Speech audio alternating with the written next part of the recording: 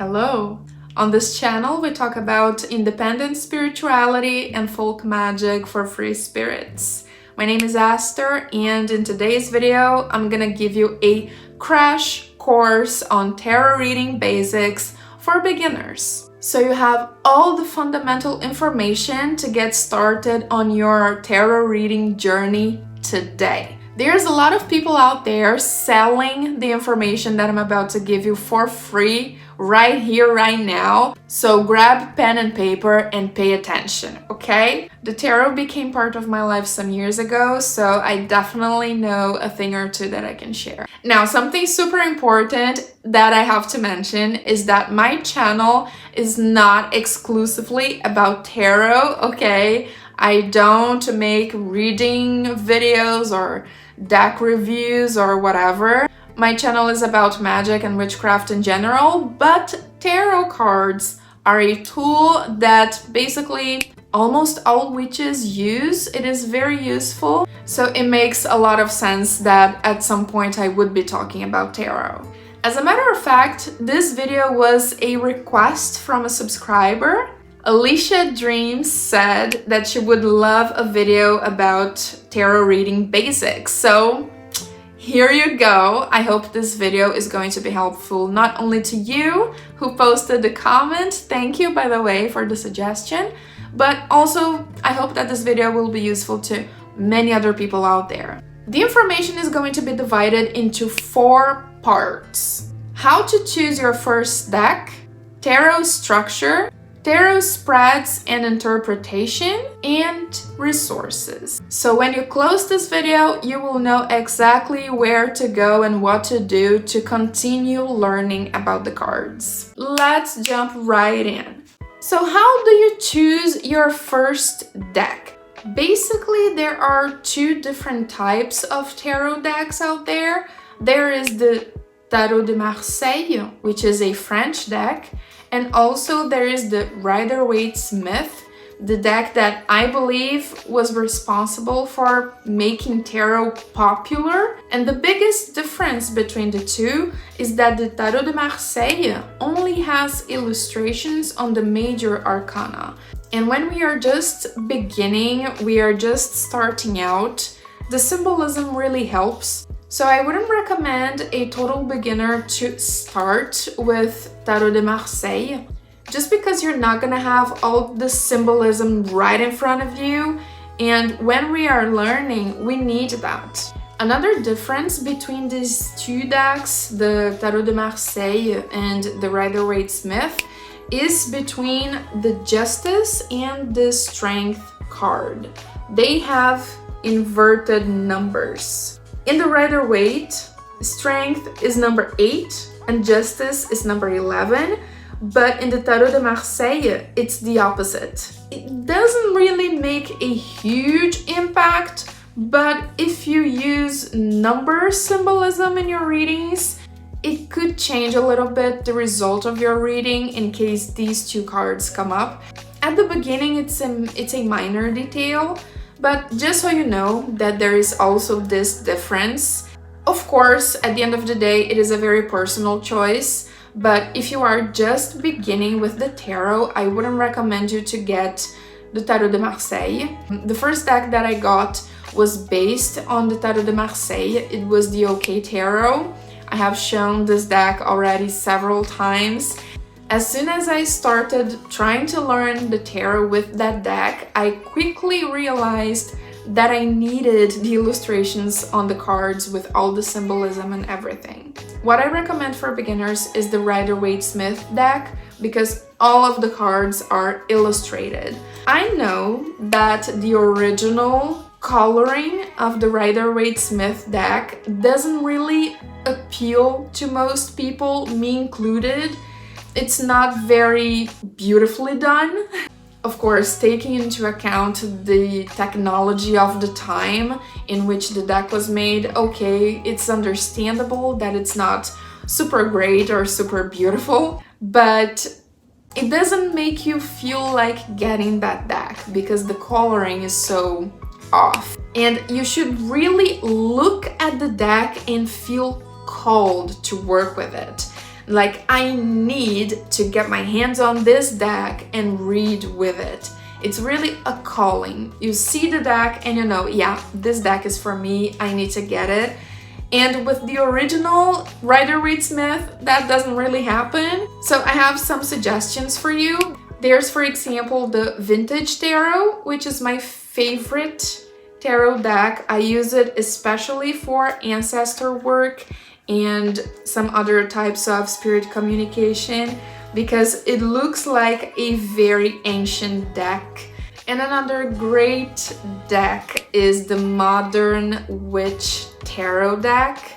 I really like this deck because it brings a new way of portraying the classic illustrations. It's really modern, as the title, the name suggests. We see all types of bodies, hair colors, and also many different gadgets that are part of our lives today. I really like this deck. I think it was like the third deck that I bought for myself. And the last thing that I want to say about choosing your first deck is that it doesn't have to be given by you. This superstition exists because back in the day, decades ago, you couldn't just go to Amazon and order a tarot deck. Those things were not sold in stores. So the only way for you to get a tarot deck back then was if someone would give one to you. But today we are able to buy our decks online in various different types of artwork. So yeah, you don't need to be gifted your first deck. Now when it comes to the tarot structure, the tarot is divided into two big groups, let's put it that way. There is the major arcana and the minor arcana. The major arcana is going to deal with really big milestones and very important and impactful turn of events that happen in the big picture of somebody's life. The minor arcana is all about the day-to-day, the routine, the daily grind, the little things that people do or go through every passing day. So the major arcana is going to be about major events, while the minor arcana is about daily actions and small-scale choices. Inside of the minor arcana, we have the four different suits. There are swords, wands, pentacles, and cups. In a nutshell, the pentacles are associated with the earth element, and they represent everything that is material, everything that you can touch, that you can hold. So it can be about money, about finance, about career, but it can also be about body, about anything surrounding your current or yourself if you're reading for yourself. Anything physical, anything material. The sword suit is associated commonly with the air element, and it represents everything that is mental. Thought patterns, opinions, anxiety, manipulation, lies, new ideas, that kind of thing. The cup suit is associated with the water element, and it represents everything that is related to emotions, feelings of any kind. It can be love, it can be a new romantic interest, emotional indifference, emotional interest, disappointment, so on, so forth. Everything regarding how somebody feels about something. And the wand suit is associated with the fire element, and it is about everything regarding action, everything regarding motivation, what pushes somebody to do something. So starting a new endeavor, acting upon something, defending yourself, being victorious on what you chose to do, being in a stable phase, doing too much, overworking yourself, so on and so forth. Inside of all of those suits, we have yet another category of cards, which are the court cards. The court cards are the Queen, King, Knight, and Page. These names can change a little bit depending on the deck that you're using, but traditionally those are the names, and they represent people. People and sometimes spirits surrounding a situation or a person. It represents people and their life stage, let's say, or their maturity level. A page could be someone who is childish, or it could represent a child, literally. It could be someone starting at a job, starting at a career. It could also be an indicator of some type of message coming in. So the page can represent somebody who is naive, somebody who is a beginner, somebody who is inexperienced, perhaps childish, perhaps immature. The Knight represents a person who has kind of like a vibe of a teenager. They have the drive, they have the energy to do things, but they are not completely mature yet, so sometimes they can get ahead of themselves and they can act too quickly, or they can be too afraid of doing something because it's something that they're not very experienced in. The Queen and the King.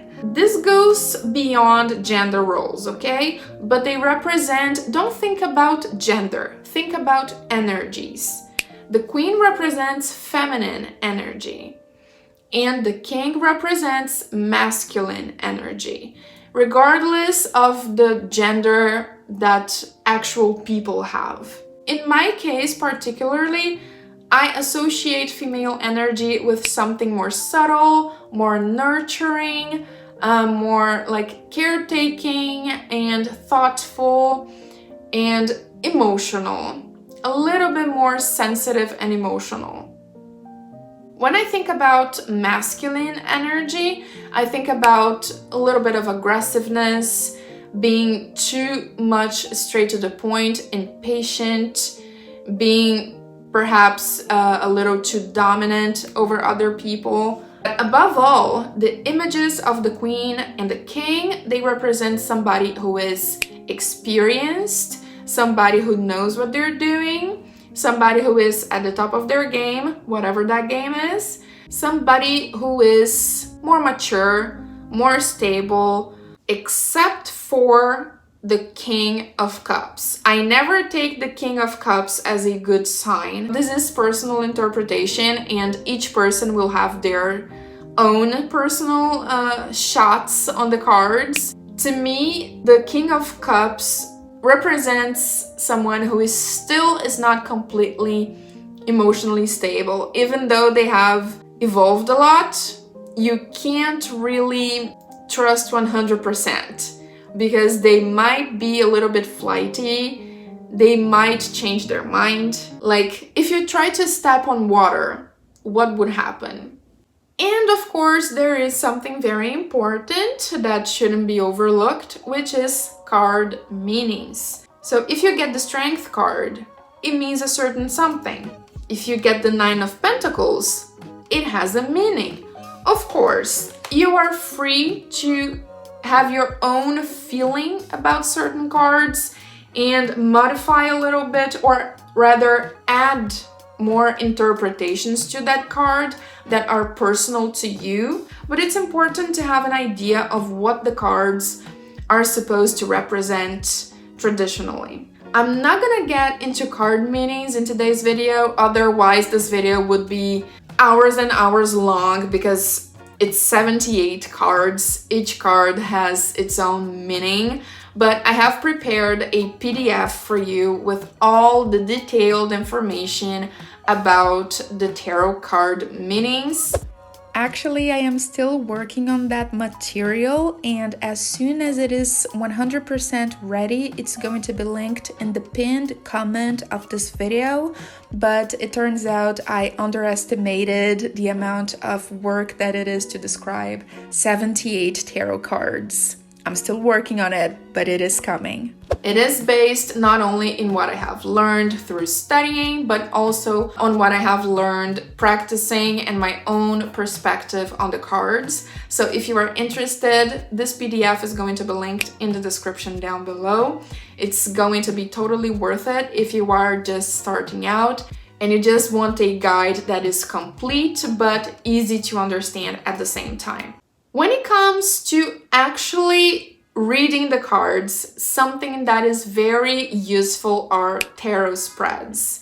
Tarot spreads are little, let's call it designs, that you place your cards into, and each position of that design has a specific meaning attached to it. There are some classic tarot spreads out there, like for example the 3-card spreads, and there's also the Celtic cross. Those are spreads that everybody ends up knowing at a certain point. What does that mean? Like, how do you use a spread? Here as an example, I'm gonna share with you one of my personal spreads, which I call Ancestral Heritage Spread. And you can see that there are 5 positions in this spread, and for each position there is a question that is going to be asked through the card that is going to fall into that position. So I just draw the cards, I put them into place according to the spread design as I have planned it. And then I will look at my questions and see what is the message that each card is giving related to each question. And actually, if you want to see other personal tarot spreads of mine, there is going to be a link in the description with a PDF for you with many different types of spreads, including the Ancestral Heritage spread. There are spreads for like everything. There's love, there's career, there's ancestral connection, there's shadow work, and there's even the Celtic cross for those who want to get to know that spread. So again, take a look at the description because that PDF will be linked down below. And of course, you can create your own spreads for your particular questions or specific situations that you are going through. I remember in my journey that, and I think that happens with other people as well, but at a certain point, you will start to feel that all of your readings are the same because you become too attached to the meanings of the cards. That is natural, that is normal, it happens to pretty much everybody, and it's a phase. What you need to do when that happens is to just trust your intuition. And gradually and naturally, you will start being able to see beyond the face value of each card. You will be able to look at the World card and see many other messages beyond the traditional meaning. And then you will combine that with way other interpretations that you get from the other cards. It's a natural process. You don't have to rush it. You don't have to worry. It will happen that your readings will become a little bit too focused on the meanings of the cards, but naturally, as time goes on and as you practice, your intuition will be unleashed and you will rely more on it, not only on the meanings of the cards. So don't stress over it. It's only a matter of becoming more confident in your readings and practicing. If you are looking for some resources to study the tarot further, I would say that the first thing that is super important is to practice. So read for yourself, read for your friends and family, for anyone who might be interested. You really need to practice a lot to get good at it. And I have 2 books that I really recommend. The first one is 78 Degrees of Wisdom by Rachel Pollack. This is a very complete book about the cards, the card meanings. There are several pages dedicated to each card, like at least 3, 4, 5 pages. So it's a lot of detailed information. And another book that I think is amazing is The Easiest Way to Learn the Tarot Ever by Dusty White. This is an exercise book that I found super useful especially to get out of that phase of only being able to see the traditional card meanings. If you really want to go beyond that, this workbook will really help. And by the way, Dusty White has a free course on tarot. It has, I think, 10 lessons. I have gone through this course. It is very informative, very in-depth. It is great. I'm gonna link it in the description as well because it is super detailed and it is for free. And again, don't hurry. Getting to know the tarot cards is a lifetime process. It's like never-ending learning. So just take your time and have fun with it. I think that the nicest part of learning how to read the tarot is actually reading it for the people in our lives, because through the cards, we get to know them better in deeper layers of themselves that we didn't even know existed. It's a very rewarding experience and I do recommend it.